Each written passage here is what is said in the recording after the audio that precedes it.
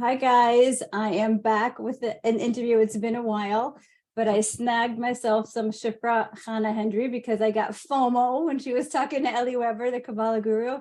And you said so many brilliant things to him that I want to dive deeper into some of the things that you guys touched on.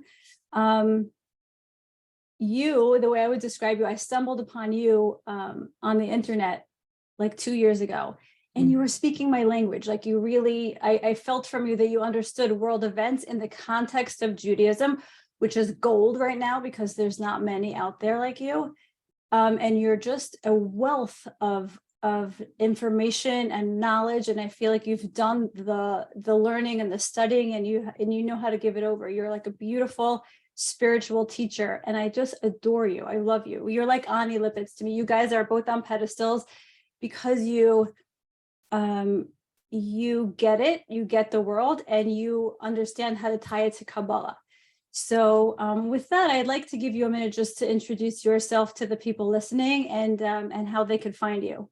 Okay, so I have a website. It's got to be revised, but it's called gateofunity.com. It is named after a book, a mystical Torah text called Shar HaYichud, which is Gate of Unity, by the second Lubavitcher Rebbe, and it's basically the gateway to divine consciousness, transforming the brain. So I named my business, my website, my movement after it.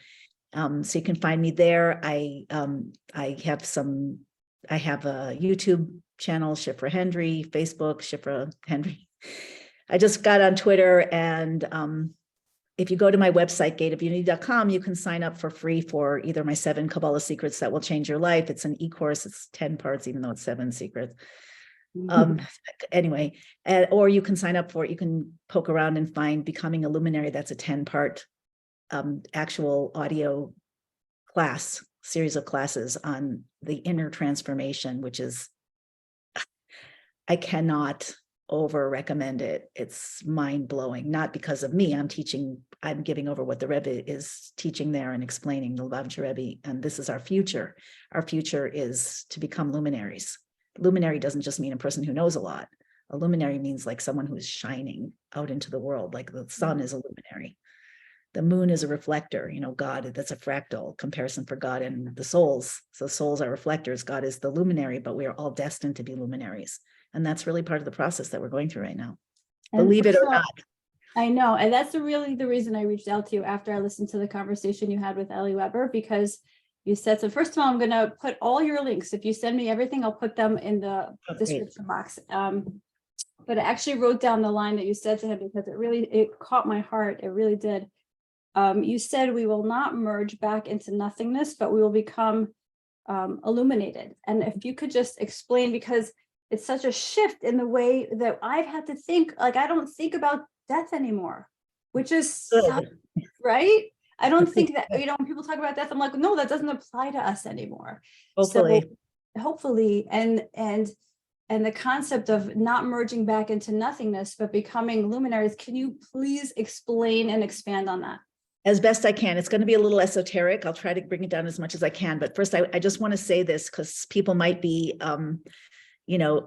wondering, like, how can you say no death? That's pretty radical. So I just want to mention that one of the promises of the Torah is that we will ultimately live souls in upgraded bodies, luminous souls in upgraded bodies in an upgraded physical world. Death was imposed. It was superimposed on the original plan when Adam and Eve ate from the tree of knowledge. Prior to that, there was no death. Imagine that. No fear, no darkness, no shame, no jealousy, none of it, no loneliness, no struggle to survive. I mean, the world we're living in, oh my gosh, I remember when I first encountered Alex Jones many, many years ago. I was camping with my husband in upstate New York, and we had this shortwave radio, and I tuned into this guy. He sounded interesting. He wasn't big then, but he was talking about Prison Planet and InfoWars, and I'm like, I kind of got the idea, but now it's so obvious that we've been living in an incredibly warped reality. It just blows my mind.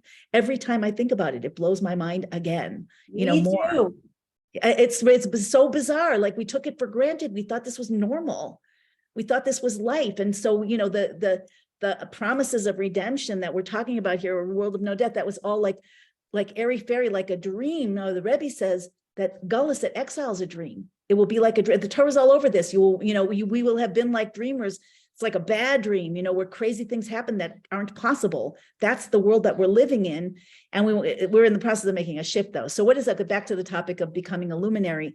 So if I would put it in a tiny nutshell, just to anchor this concept in, what's happening here is that we are becoming real. So imagine the scenario. We start out, there's only one, it's all God. There's nothing else. There's no world. There's no nothing, because if you're infinitely everything, you can't show up as something that's not infinitely everything. So God did this massive trick to start out creation of concealing his everythingness to make a platform. It's like an empty space. Kabbalah talks about this with Kabbalistic terms like the makom panui, the empty space, the halal, the void, that in which, like a womb, in which all of these somethings would show up. The somethings can be like vast spiritual worlds. They can be like bugs, they can be like people, they can be like wars, but this is all happening within God.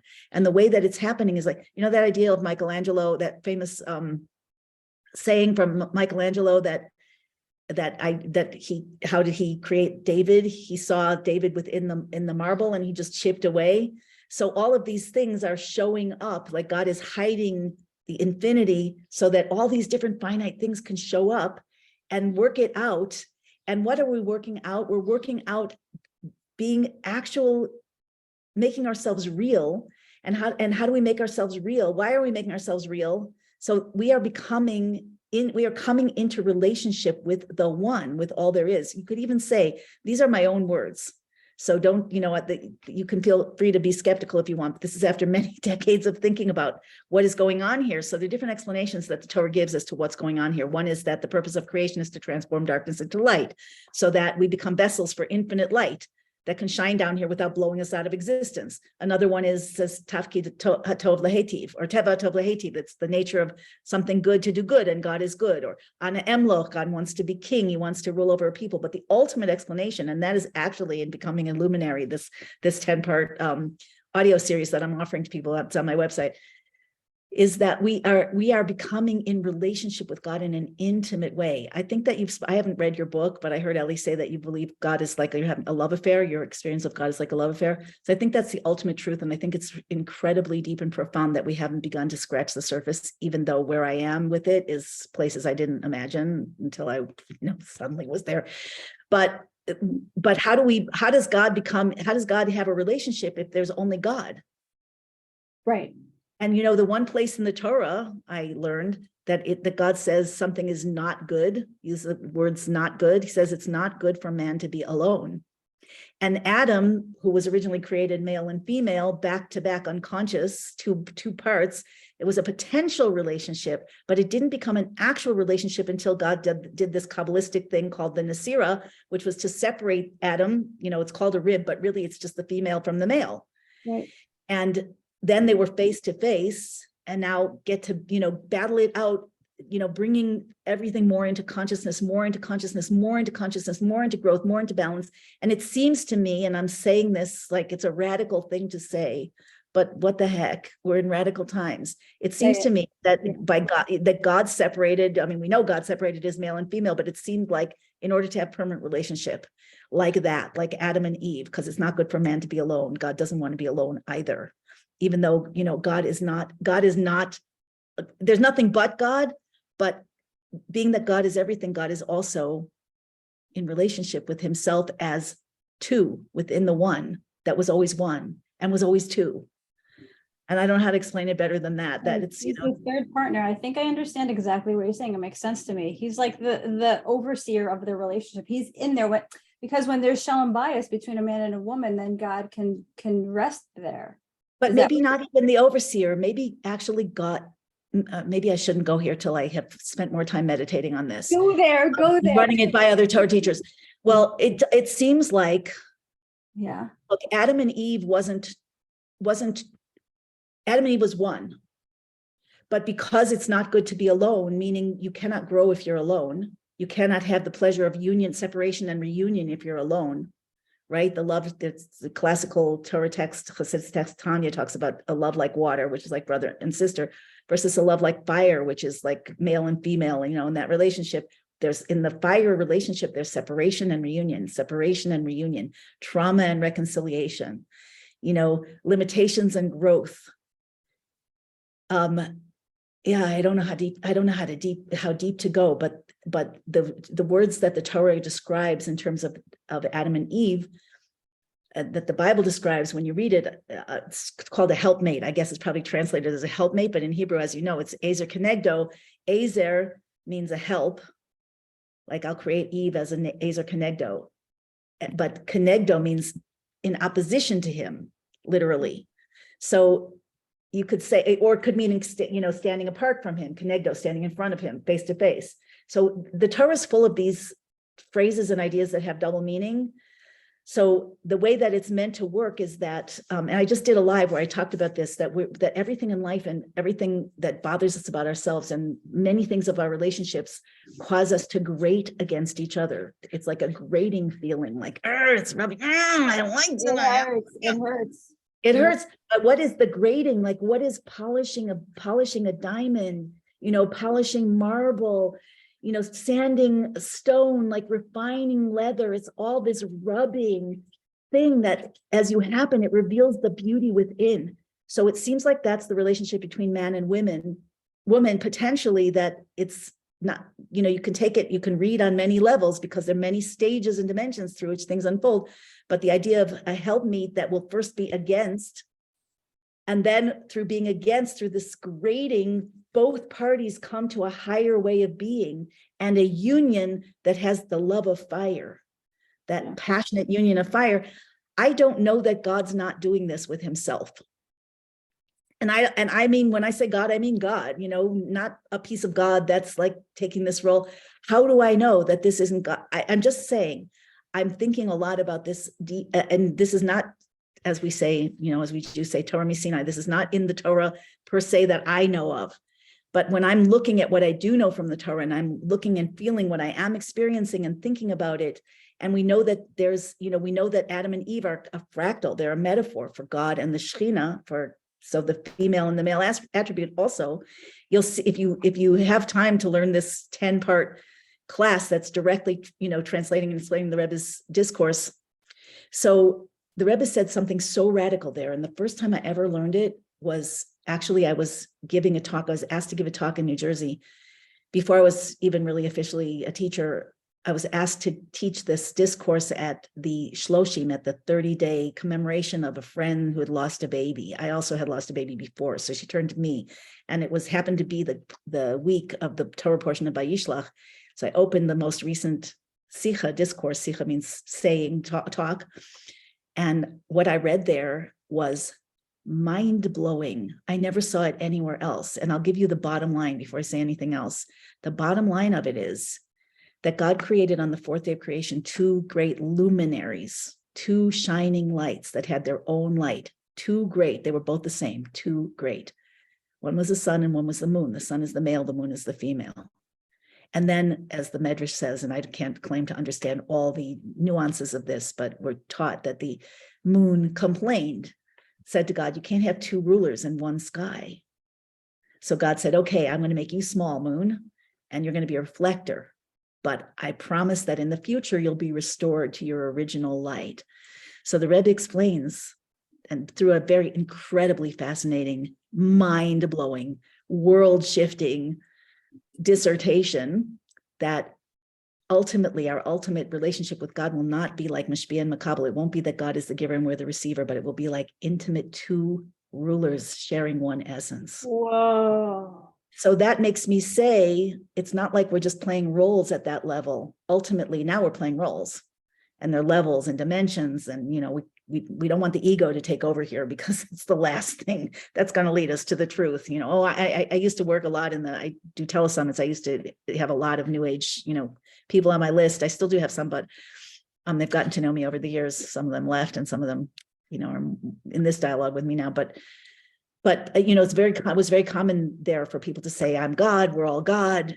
And essentially that's true, because there isn't anything but God. But the part of me saying I'm God is not the part that's actually shining God's light. We're God in a lot of costumes. The first thing that God did to create is to conceal that light, like I said. So yeah, you're the part of God that's hiding the truth.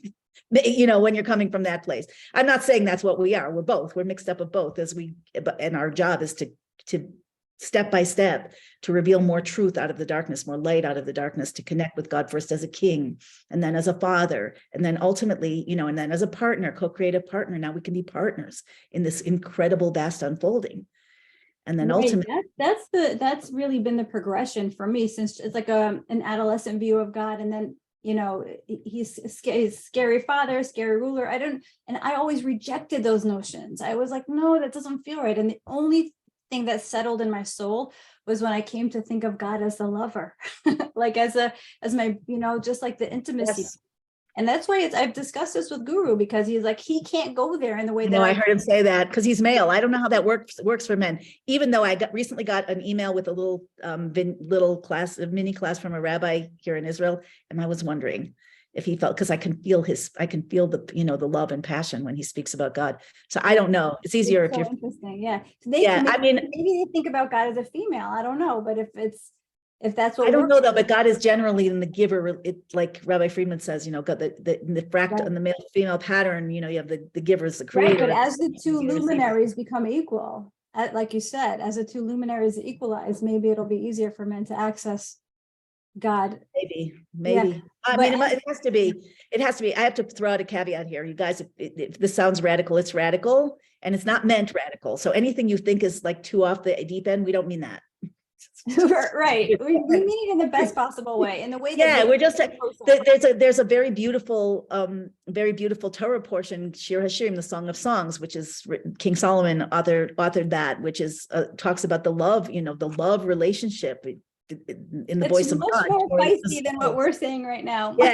Yeah. So my general policy on all of this is I don't usually talk about it, but due to your and Ellie's influence, I'm feeling like, I just have to be more out there, and stop being so spiritual. Like, the spiritual is very real to me, but I've sort of been hiding my more like edgy self from the public.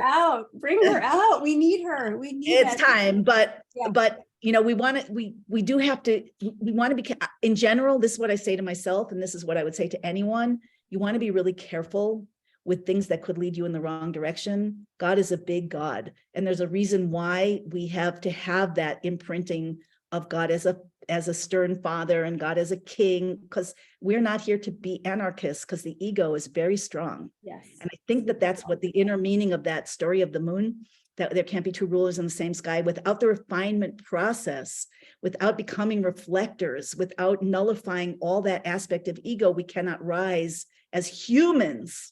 I'm saying, because the souls, the female part of God, its job was to go down and become souls and bodies with egos and with identities. Yeah, that's the Shekhinah. The Shekhinah equals Knesset Israel, which equals the souls of Israel, is the source of the souls. The Shekhinah is the source of the souls. That's why the Shekhinah is in exile with us wherever we go.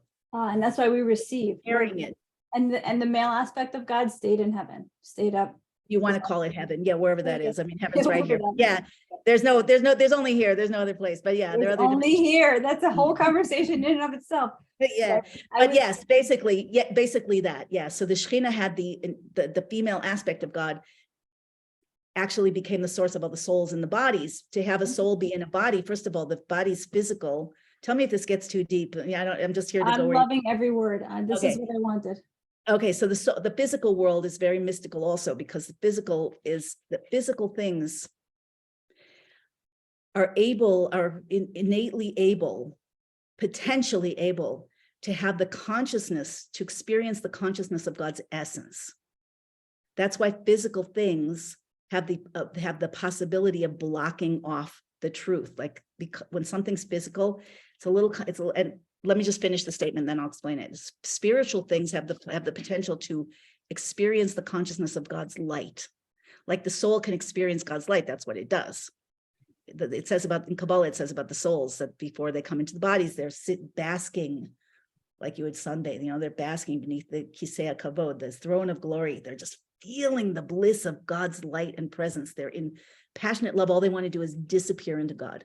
That's the nature of the soul. The soul comes from divine fire. It just wants to go back into God. That's not what God wants. God wants us to be permanent, because he wants a permanent relationship with us.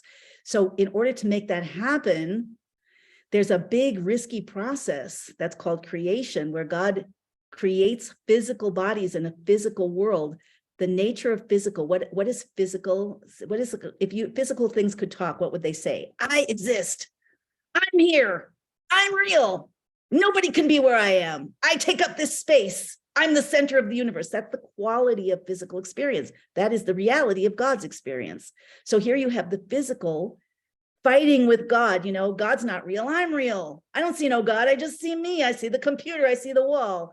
That's the nature of the physical reality. Once the physical reality, though, is say beaten up, like you beat metal, you know, once the soul has prevailed upon the body and the identity, which goes with the body, the ego, to see a deeper and deeper and deeper truth. So now the physical, which can relate to God's experience, is modified and upgraded by the spiritual, which understands what God is and is nullified to God. So now you have something that can relate to God and has an identity, and yet that identity is soft, malleable, and holy inside of a body. So it's really like this incredible art project, you could say, this incredible work of art that God is doing with us, and we're doing with ourselves, and we're doing with God, that we're taking something that resists and hides its source, and out of its own free will, which, by the way, only one entity has free will, and that's God. So how do we have free will? Because there's God inside of us at our core. So out of our own free will and our free choice, we decide to nullify the surface levels of us on behalf of the deeper levels. Is that confusing, clear, or both?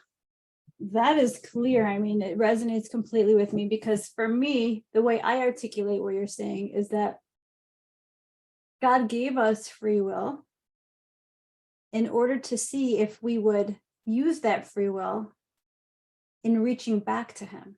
Yeah, right. That's how I articulate it the best. And when we do that, when we reach back to him, when we use our free will to choose him, right? That's why we are the movers of all the galaxies, because, Yes. right? That's why I think we advance the wheel of creation, because we are choosing him from the place of the utmost stupidity.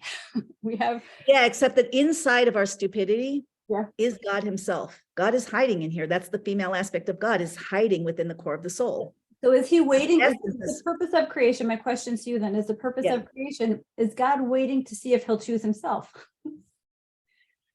I mean, God knows he'll choose himself, if you want to waiting for it to actually happen. We're playing out like in the God world, there's no time, right? Past, present, and future all exist together. We hear people saying this. It's a little hard to imagine, but sometimes you can get a glimpse of it if you're in the deep state or take drugs or whatever. So God has a vision. That vision's real right away. So what is being created here is the process through which the vision gets real on a deeper level. It gets real in a world where there's a possibility of it not being real. Like one of my teachers from a long time ago once said that God he likes games and wants to play basketball, but the hoop has to be really high and really small, and the ball has to be really big. So you have to be able to do the impossible and get that ball up there through a hoop that it doesn't fit into. And that's basically what we're doing here. We are revealing infinity inside of our finite universe. The most constricted place. Yes. And also, just to touch back on your, you made me realize that marriage, I've heard Terry Real say this, he's a marriage therapist, and he wrote many books and I love him. And he said that marriage is the crucible of self-development. Inside marriage, where you're gonna, in the heat of it, it's the crucible. I love that word he uses. And so when you talk about a man and a woman coming together, that's really where, if you do the work, if you choose to do the work, you'll see the face of God and you'll come together.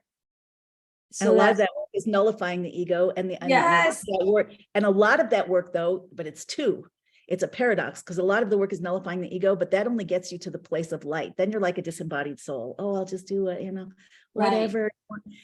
The other part of the work is being who you truly are, right? Beyond the ego. So you have to step into more of who you truly are to nullify that ego, that identity, and then that brings out more of who you truly are. and who we truly are is also like, we have an essence that we don't know. That's the same essence. That's the essence that the Rebbe is referring to, that we share with God. Essence is essentially unknowable.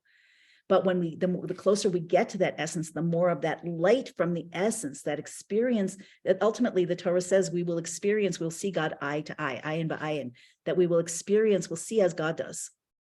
Also, we'll see in that intimate way.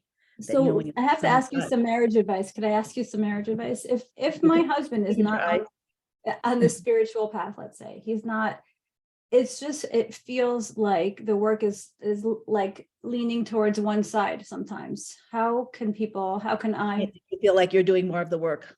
Yeah, like more of this work. Yeah. Yes. Yeah. So finish the question though. I don't want to speak over you. Is it worthwhile to continue doing the work when you don't always feel like you're being met with where you are? It's always worthwhile to continue doing work, because that's what we're here for. Right. Also, I'll let me say something really simple first. I've been talking very esoteric. I've noticed, because I do a lot of interviews of healers and authors and thought leaders and whatever, both from the Jewish community and from not. So I've noticed over and over that when there are women who are out in the front, women who have innovated healing modalities, or they're writing books, or they're working with global experiments, whatever it is that they're doing, their husbands are usually very proud of them, supportive of them, and want to stay in the background, and are happy to kind of bask in the reflected light, that I'm sorry. I like when someone speaks something that really resonates with me, like I hear something comes into my head, and I just felt that as you were talking. Go ahead. I'm sorry. Great. That's great. That's great. I'm happy to hear it, because it is, there's a shift going on, as you know, duh. But part of the shift is that I don't have to quote the Torah to say this, but it's in the punishments of after eating from the tree of knowledge, that the man will dominate the woman, etc., and that the woman will long for them. She'll have a yearning, a craving for her husband's love and physical attention. So that's the nature of the game, and it seems to go together. Again, this is a topic I've never talked about in public before, but we've been wired for all this time that that there has to be a dominating male presence, and then the woman that it causes a yearning, arousal, whatever, respect, whatever you want to call it, all these different ways of looking at it from the woman. So that paradigm, so that if the woman becomes more strong and forward, the man is there's a shift that the man is not dominating the woman, so that when you're in the middle of the shift, things are unbalanced, because you haven't gone to the new place. Like they say, when you're climbing a ladder, the most dangerous time is when you take your foot, one of your feet off the lower rung to go up to the higher rung. That's how we are in a lot of ways, pretty much every way, but this is one of the ways. So we're switching in the male-female relationship, which is prophesied also. That's Elias HaMalchus, that's Isha to Sovet Gever, the crown of the man will be the woman. That's also the Shechina. The Shechina is moving, it goes down and then it goes up, brings the light higher than was originally created. This is all very mystical, but it's also very practical. We're experiencing a shift that means that women who were formerly, in the kitchen, whatever, barefoot and pregnant, are now authors and leaders and politicians. And I'm not saying it's always good. Nothing is always good. It depends on the person and the situation and how evolved we are. But there's a leadership, the women's leadership, the feminine principle. It's not just feminist movement. That's like they say that I hope I don't lose my place, but parenthetically, this is such a cool thing. There's people believe in astrology. Judaism says that we're not allowed to predict the future with astrology as Jews, because we're above the stars, because we control the movements of the universe. All enlightened souls are supposed to consider yourself influencers, not recipients. So you have to be above the astrology, but you can use it. It's a science. You just aren't supposed to use it to. It's not things are not determined in stone. We play a role. So astrology is the study of the heavenly bodies and their orbits. So it's the orbits of the constellations and all the heavenly bodies that are considered the mamutza, the intermediate factor that move from spiritual to physical. It's the most spiritual part of the physical and the most physical part of the spiritual. So who controls the orbits of the constellation is the Ophanim. It's a certain kind of angel called the cycle angels. So it says that the physical things that we enjoy are like the poop. of the cycle angels. That is, I just had to say that, it's so things happen, we do things here that are a reflection of very vast spiritual forces. It doesn't mean that they're an exact mirror. Like they can be, like the soul has a power of pleasure that ultimately is pleasure in connection with God. And it could take pleasure in pizza. It could take pleasure in murder too. I mean, not mine, I don't think, I hope. But, maybe in another past life, I used to have dreams like that where I was being. So we have these core powers, and we want to distinguish between the powers that are all good, that are meant for the good, and the way that they can show up. But nevertheless, there's a change. There's the rising of the feminine, and that's been going on for decades, quite a few decades, 50 years, maybe 40 anyway. So there's an imbalance.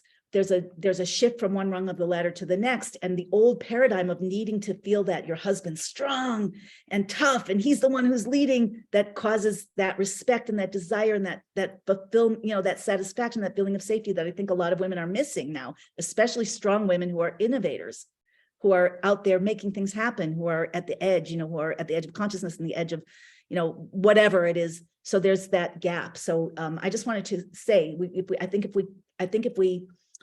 we need to, as women, as strong women, leader women, we need to see what's actually happening and understand that it goes with the territory, that there's another way, that we don't want to keep holding that paradigm and holding it against our partners, assuming they're good, loving partners, that if we want to be in the lead, then we have to appreciate that we are the anchor for our partners, and that they can admire and love what we're doing and support it in all kinds of ways without doing it. And if we look for someone to lead when we're actually the ones who are supposed to do the leading in that way, I'm sure there are ways in which your husband leads, and there are ways in which, but in this area, it's a long answer to a short question, but I think it's up to us to get with the program of what's happening and understand that it's just a redistribution. It's a rebalancing. It doesn't mean it's not going to turn into like what we wish it to be, but it's over time.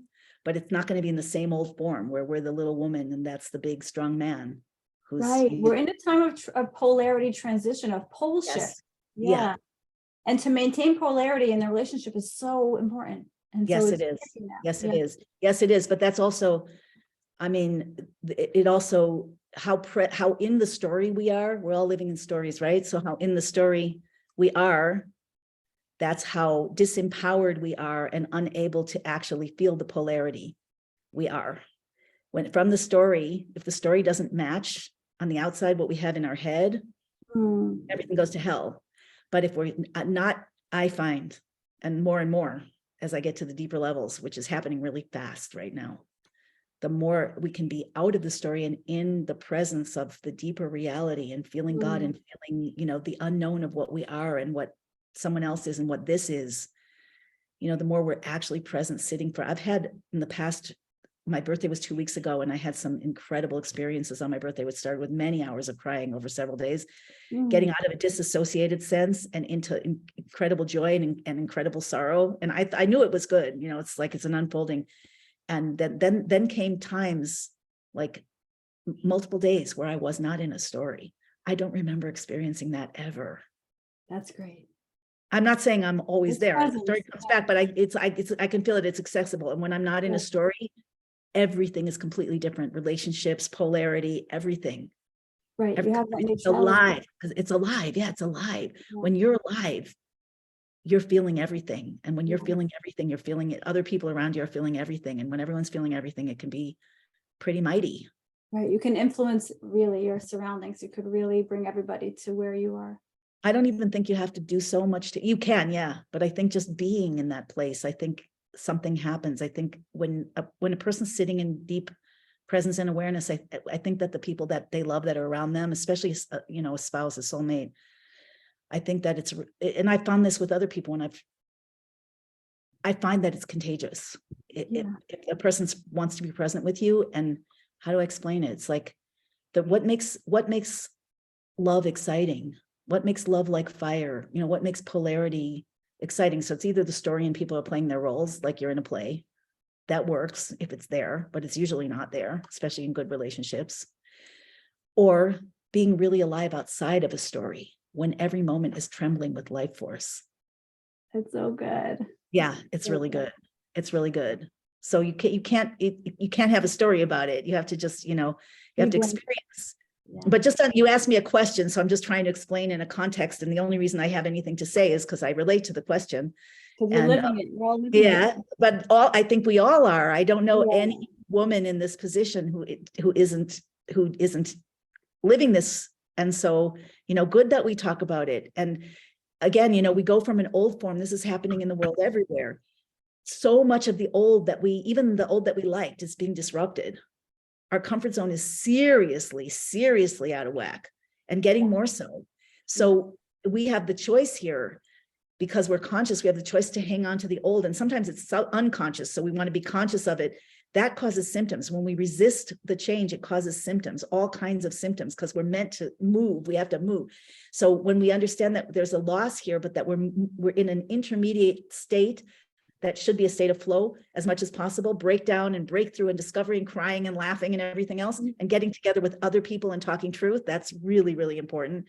Yes. But moving toward a new state that's going to be far more pleasurable, far more abundant, far more joyful, far more passionate, far more everything good than the one we've left. And now we need to know how to navigate. Like you said, we talked about no death.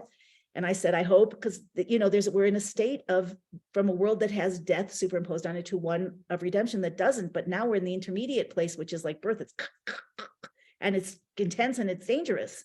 So we have to support each other in making it through. And hopefully we make it through to the other side, because I think many of our souls are here for that reason. I've thought about this for a long time. We're geula doulas. Geula doulas, yeah. And we are here because we have to see. The thing is also, the soul has to, the body has to, the identity says in different sources in the Torah that there has to be death. The Rebbe spoke about this, that there has to be death at least for an instant. And that because the body has to be revived in a new state. And I think also because the soul has to be revived in a new state beyond the identity so they can live forever. But the Rebbe said, and I was in 770 in front of the Rebbe when he said this, and I'll never forget it. He said, it's possible that we do not have to have death even for an instant. He said that no hefsek between life and life, no interruption. If we can reach the level of nafshi ka'afar lakol tihiyeh, the level of may my soul be like dust. We say this in one of our cardinal prayers, the Shema Esrei, as you know. This I'll explain to the listeners. We end with saying, may my soul be like death, like dust to everything and to everyone. And what I think this means is that as we move beyond our identity, as we move beyond our stories, as we move beyond our need to resist change and allow change to move us, as we understand that we're in a metamorphosis, which means melting down, and we allow ourselves to feel safe in the meltdown and to do the work with our triggers and our fears and our traumas that allows us to feel safe, to make the connections like we're doing here that help us feel safe, because when you're in it together, it's a whole different story. It's so true. Yeah. So I think that we can reach that level, and we might just make it, to a world where there is no death smoothly, but it's not going to be by clinging to the past. And it's not going to be by clinging to the present either. We can't be clinging. We have to be flowing. And that's a change in the way that we navigate and experience reality that I'm working with really intensively. And when I say I'm working with it, it's not like I'm, it's like, like that. That's what birth is too. That's exactly what birth is. And all these things all these physical mechanisms that bring new life, a chicken hatching from an egg, a caterpillar turning to a butterfly, and baby being born. These are things that God has created as living metaphors. It's always tighter before you break out into a new state. So how much longer? What do you think? I have no idea. I think it's consciousness dependent. I know it's consciousness dependent. I read once in I can't remember where, in a Torah book, and I think from the Rebbe, that he explained why. I wish I had written it down where I read it, because I would love to learn it again deeper. But he said that this is why the sources never predicted an exact time, even though sources did predict, the Vilna Gaon particularly predicted that the Gila process would start in somewhere around 1991, which the Rebbe also said that. But those texts are not widely distributed. But the reason that there's no exact date is because there isn't an exact date. Right. We see on the all what Ellie calls the intel, we see that they're always talking about timelines. So it's an interactive process that interacts with us. Right. I think though that the fast way, I think that one of the reasons, this is just speculation, But I think that one of the reasons why all these, people presumably in the know, and some of them are, I think, in the know, military intelligence and whatever, I think that one of the reasons, maybe some is just psyoping us to get something out of us, which I don't really appreciate, although maybe if I were them, I would. But I think that one of the reasons why they give us dates and then like years later, those dates didn't happen is because it's not up to them actually. Right. Because even if they This have brings me to another thing that I wrote down that you said that anyone who says they know the ending is either lying or they don't know that they don't know. So right. I wanted to just bring up, it's so rare to find someone like you who follows the intel of the Q movement and has Torah at your fingertips. So I really wanted to pick your brain about this because I am kind of disappointed in Q because, in the beginning I was like, oh, this is the only way the world makes sense right now, is that there's this great military operation. And this is the only thing that, that everything we're seeing on the news isn't real and it's a show, and get your popcorn. And then over the past few months, it's like disintegrated into this Christian movement where, like, if you're not following the Christian ideology, you're kind of like an outsider. I don't know if that's been your experience, but also you're saying that because you're picking up because there's such a massive amount of anti-Semitism. Is that why you're saying it? I find pockets of Holocaust denial, that they say that all Jews are evil. I mean, these are the people who are supposed to be enlightened to truth, and they're still scapegoating all Jews under one umbrella. And it's so disturbing to me that I'm ready to do away with the Q movement now. I'm like, well, who are they? And I'm wondering if it's just the filtered through the anons. I don't know if I could say this. I'm going to say it anyway. But if it's just filtered through the lens of the people trying to decode, and it's not at the highest level a Christian movement. What are your thoughts on that? Yeah, are you going to put this on YouTube? Because I haven't been careful. It's fine. I don't care. Okay. I think it's about to shift over anyway. Yeah, I wonder who's in charge there also. Like it's so ridiculous by now. It is. Okay, I'm going to tell you the first thing that comes into my mind first, and that is that we as Jews have been destined to rise to a certain level of shining light, or Lagayim, light unto the nations. By the way, as I explained in the live I just did, the word goy means nation, and Israel is also a nation. So yeah, I hear such ridiculous things, such babyish things like, oh, I don't like Jews because I had a girlfriend and she said I was a goy. Okay, so never mind that you burned us at the stake and exiled us from every place we lived and destroyed our temples, but we said goy.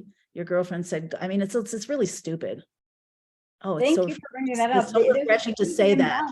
Yes, it's. And then I've tried, I've appealed to people, certain people I thought were so nice on certain Telegram groups, like the heads of the groups, and they have not been interested. Right. And they've accused me even, like, why do you have two phone numbers? Because I have two phones. One's American, one's Israeli. I mean, no, I'm not a bot. No, so it's ridiculous, but if you want to get right down to it, here's another thing that is I really haven't said publicly before. We are not doing our job. It's not our fault. I'm going to blame God for this because we've been through every possible kind of torture, and we've been even in our times, people got put in Siberia for learning Torah, much less teaching it. But our destiny is to share the blueprint for creation and God and God's word and God's plan with everyone. And so and people subconsciously know it, and as long as we're not doing it, they're pissed. That's what I actually believe. Ooh, that was good. And right. I know that the Rambam Maimonides says that there's a purpose for Christianity, that Islam and Christianity are both designed to teach the world about redemption, to accustom people to know about redemption, and that when the time comes, they will realize that they've made a mistake in address, whether people like this or not. This is just what Maimonides says, I'm quoting, and they will easily switch. Right. And I can tell you that when I was first becoming religious, I was not brought up religious. So I became religious in my 20s. I had the pleasure and privilege of being in a women's learning institution in Minnesota, where I used to live, called Beis Chana. And I, more than once, as a new Balchuva, as a new returnee to Judaism, I was always Jewish, but I wasn't religious. So I sat in classes with one in particular, I remember, with the teacher, Rabbi Manis Friedman, who's a genius. was sitting in front of the class, and everybody in the class, they let us watch, but the people he was speaking to were these seminaries, Lutheran seminary students. So these people are studying to be preachers, pastors, ministers, whatever. And he was talking to them about Mashiach, about redemption. And they were gripped. And at one point, one of them raised his hand and he said, "What can we do to help bring Mashiach?" And I was blown away. Like, these people aren't supposed to believe what we believe. But I've seen many times that when you speak truth in a way that is inclusive and loving, listen, we're all in it together. We're all souls and bodies. We're all going through the same trauma. We're all going to the same glorious destiny. We each have a role to play, which is critical, like a piece, like a jigsaw puzzle that can have 5,000, 10,000 pieces. If one piece is missing, and it doesn't matter if it's the grass or the castle or the king, none of us know who we are or who we were. That's not our first rodeo. But each of us has to be who we are really meant to be for this puzzle to be complete, for us to go to answer your question when it's going to happen. And in general, the Jewish nation, and it's very, very interesting. I could say something about this too, but maybe I need to. The Jewish nation is meant to share Torah as soon as the world is ready. And it's a difficult switch because before the world was ready, they wiped us out for it, tortured us, burned us at this, it could not be more horrendous. But when they're ready, they need to know what the Torah is. And the Rebbe said, if we had been teaching the 7 Noahide laws, the laws of Noah, that these are the Torah laws for a sustainable world for all mankind, that the Holocaust couldn't have happened because murder is prohibited. Yeah. So this is something we need to help each other rise to. I also want to say that when the Jews left Egypt, there were about I've heard different numbers, but let's say roughly 2.5 million Jews, men, women, and children, maybe 2.4. Approximately an equal number of Egyptians followed the Jews out. They weren't all Egyptian, though. They're called the Erev Rav, which is a mixed multitude. But they were made up. Egypt was a capital, the global capital of occult arts and black magic, and people came from all over the world to learn how to control nature. Because who wants to be subject to the laws of nature? It's really, really rough. You die, whatever. So they came to learn how to control nature. And initially, when Moses came and said, "My God sent me," Pharaoh looked in his roster of deities and he didn't see God. And he's like, "I don't know your God. Who's your God? I have my own gods." And Moses threw down his staff and it turned into a snake, like God told him to do. And then the sorcerers who were surrounding Pharaoh did the same. And they're like, "This is child's play. Like, we're going to be impressed by your stupid staff."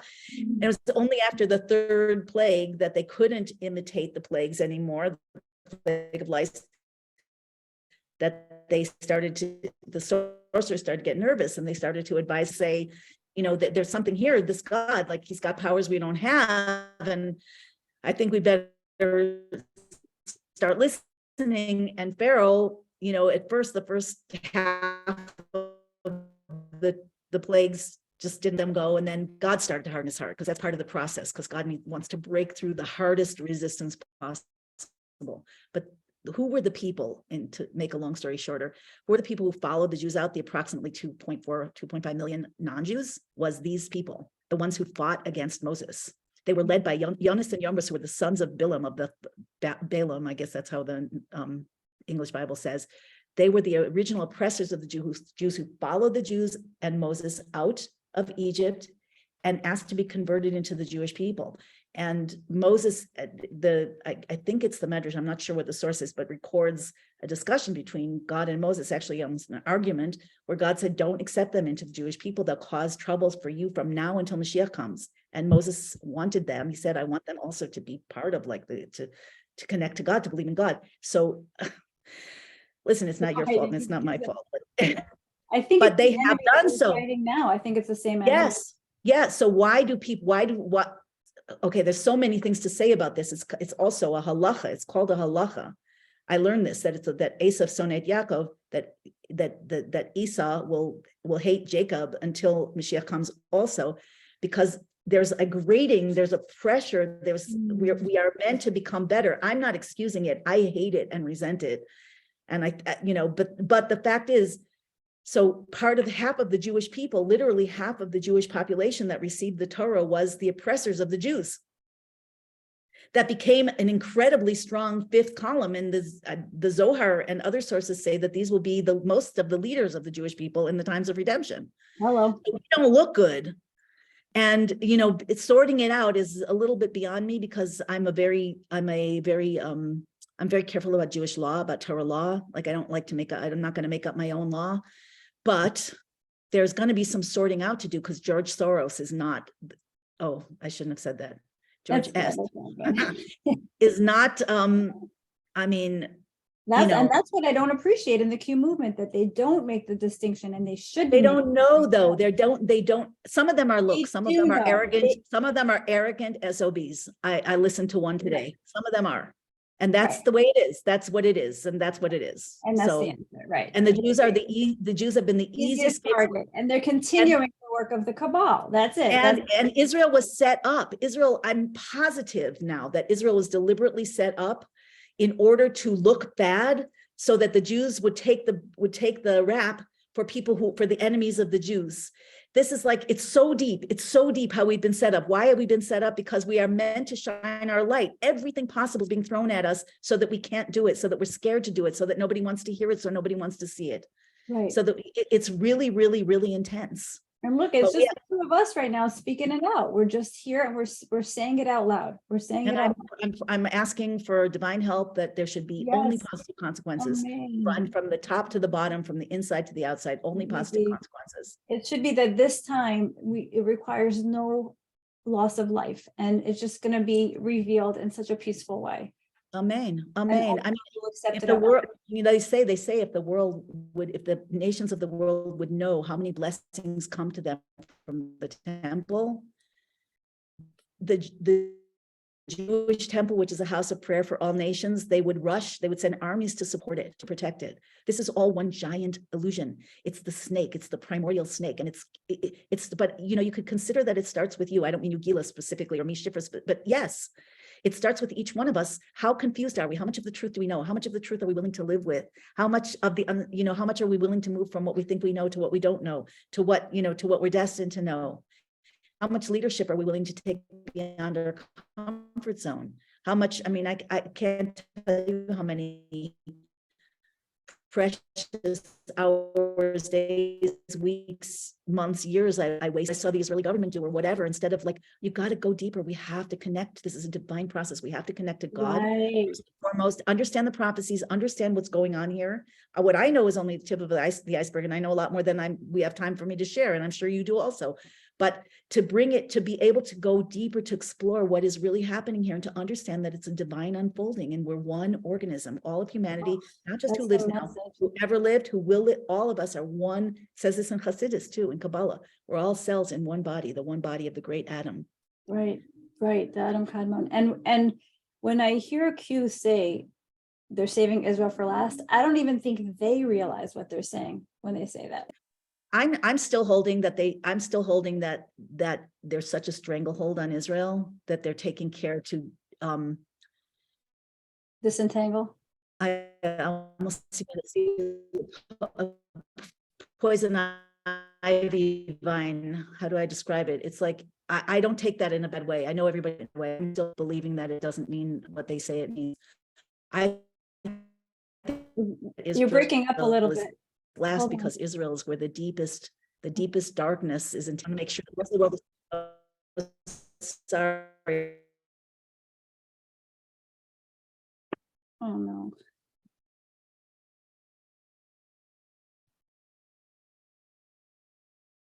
Shifra? She must have been saying something really good.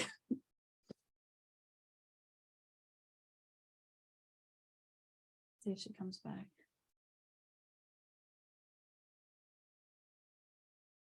Chef?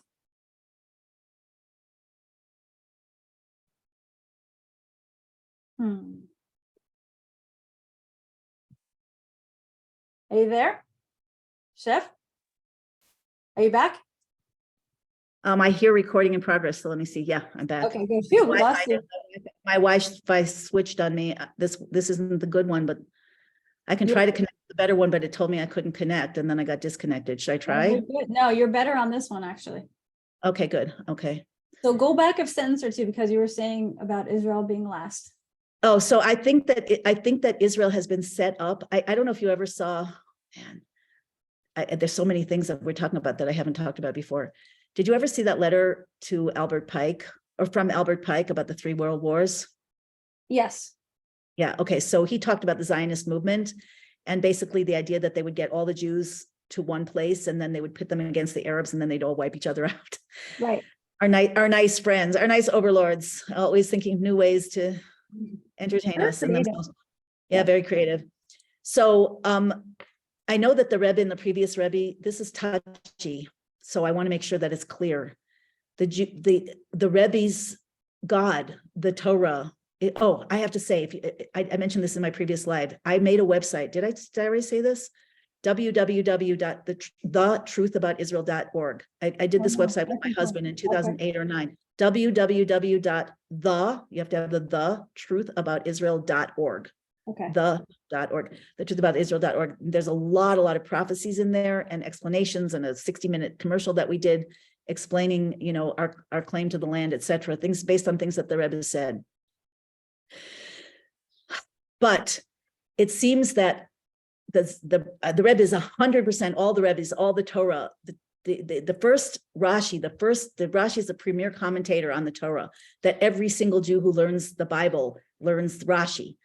Rashi explains on the level of a 5-year-old of the times, a smart 5-year-old. But in the first verse of the Torah, where it says, in the beginning, God created the heavens and the earth, Rashi says the Torah should have started with the first commandment. Why does it have to tell you who created any of that? And he said it's to tell the world to know that God created the world, that it is God's world, that it's his right to give it to whom he wants, and it's his right to take it away from them and give it to us. And that when the world will come in the future and say you're robbers because you stole the lands of the 7 nations, we are to quote this verse that God created the heavens and the earth, and this is God's will. This is all over the Torah. This is indisputable for any Bible believer. I don't know where they get the theology that contradicts their own Bible, but this is the order of events that the Jewish people are meant to live in the land. And they like to chase us out of every other country, and now they want to chase us out of here. That's because we represent God not very well in many cases, but that's our job, and we are being held to it by very forceful measures. So we might as well step up to the plate. Anyway, so the Zionist movement is a secular movement started by, ostensibly Theodor Herzl, but who knows who's behind it, that is designed to create an Israel that's not based on God. And so they're both opposed to Zionism, secular Zionism, and even religious Zionism. And I'm not a big expert in this, but I know that the previous Rebbe said that the religious Zionists set back the redemption by 50 years. Why? Because religious Zionism even is not messianic. It's basically, we will build a temple, we will settle the land, and there's no way to settle this land, acquire this land. Or, by the way, Israel and the Jews refers to the soul and the body. We all have to reacquire our land. Each one of us has to acquire our body, our culture, our minds. We have to conquer it with godliness. And that can only happen when you're connecting to God. So the Zionist movement was created. Maybe there was some good, some of the people involved, I'm sure, had good intentions, but it actually is a godless movement. Settling the land of Zion, that is holy. And the Rebbe said that every inch of the land should be settled by Jews. We don't have to make a fuss about it. Just go build a house.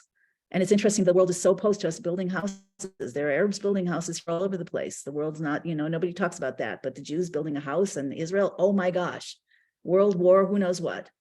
So this is also a fight within us that we doubt, that we don't trust that God wants to give us this land. And that's right on the front page of the website. I quoted that in a quote from the Rebbe that he said, when you trust in God, that he gave this land to you and you act accordingly, quietly, you don't have to be in someone's face, just accept it. You will not need to go to war. Even you will not need weapons. So there's a prescription for global peace, and it's simple and it's easy, but we have our own self-doubts. We have our own, our inner enemy, our own inner Amalek. This applies to Jews and non-Jews as well. But when we understand who we are, I don't mean who we are, I mean who we are.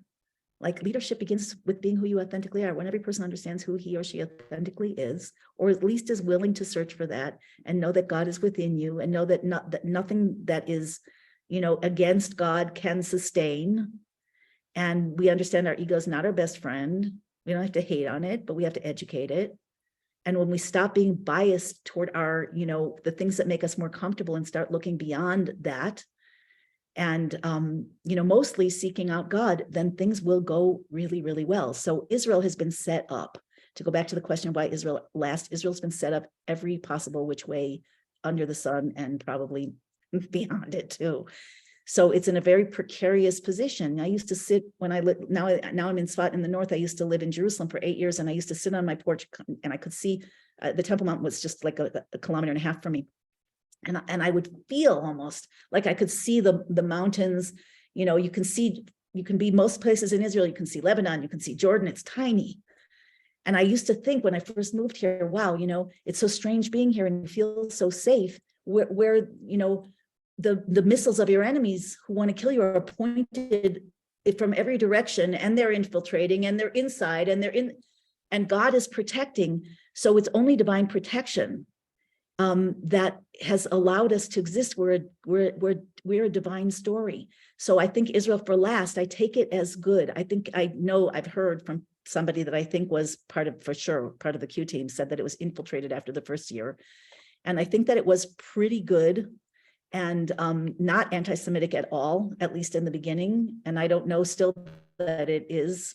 I used to feel like it was anti-Semitic to talk about Rothschilds. Now I realize that's not the story, that there are problems, and we need to be upfront about them. But I think that to protect, I think would be insane not to keep us separate and kind of in our bubble until these huge forces that want to cause global and cosmic chaos are more or less taken down. Right. At which point, it's like, when there's a snake tangled around the neck and whatever, you want to cut off all of its parts before you try to get it to do something that's going to cause it to tighten up. That's the way I take it. Right. It's if anybody else wants to take it the way that fits with their own prejudices. Yeah, it's for whatever it is. That's how I view Israel. In the eyes of everybody, it's the grand finale, and we're all kind of holding our breath to see what happens with Israel. And I don't know if you've heard Juan O'Savin talk about I only heard it once, but he talked about, I think it was him. He talked about Prince William, how he was created by these various bloodlines that have to do with the snake and the different royal whatever, and he's meant to be I'm misquoting probably, but like the Prince of Jerusalem or something, and they hope he'll stand up against the agenda. I mean, go ahead, like Ellie said in one video, you can go ahead and try. Right. But Israel is the center, and there's no question about it. And when Israel is filling its destined role, it's the center of light and the center of divine love and the center of truth. Not the only place, but the center, from which everything shines. That's what the temple is meant to be, the Temple Mount. That's for all of the humanity. Shekhinah is meant to be, and for all of humanity, 100%. We're all one organism. Right. We're one part of the organism. Stop trying to kill us off. You want to go ahead and squeeze your heart or your nose or any part. Right. Yeah. It's ridiculous. It's so ridiculous, but it's, it is not in its generation, this hatred, this came from God. But now, like everything, so did a snake. Now it's like Daniel said, the prophet Daniel, the wise will understand, the foolish will not understand. Everybody has a choice of being wise or foolish. And that's where we start to get into reward and punishment, because everybody has enough information available now to make good choices, at least to ask good questions. And if you're not doing it, sad for you. It's time to. Right. Am I breaking up again? No, you're good. Okay. You're good. Well, thank you for this. I'm going to end on that note because it's beautiful. And hopefully all of us can continue coming together, and we can continue breaking down the old paradigms in all regards. And we can just find the love and the unity. That would be great.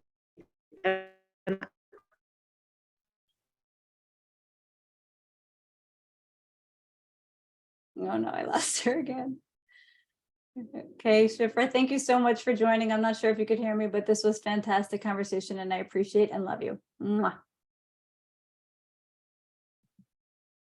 More ask for divine protection, because these are the conversations that are across the edge. And I'm just asking, as I always ask, that anything that we say that is for God's sake and for the sake of truth and goodness for everyone, that everyone involved should be protected and abundantly blessed. No harm Amen. allowed to touch anyone.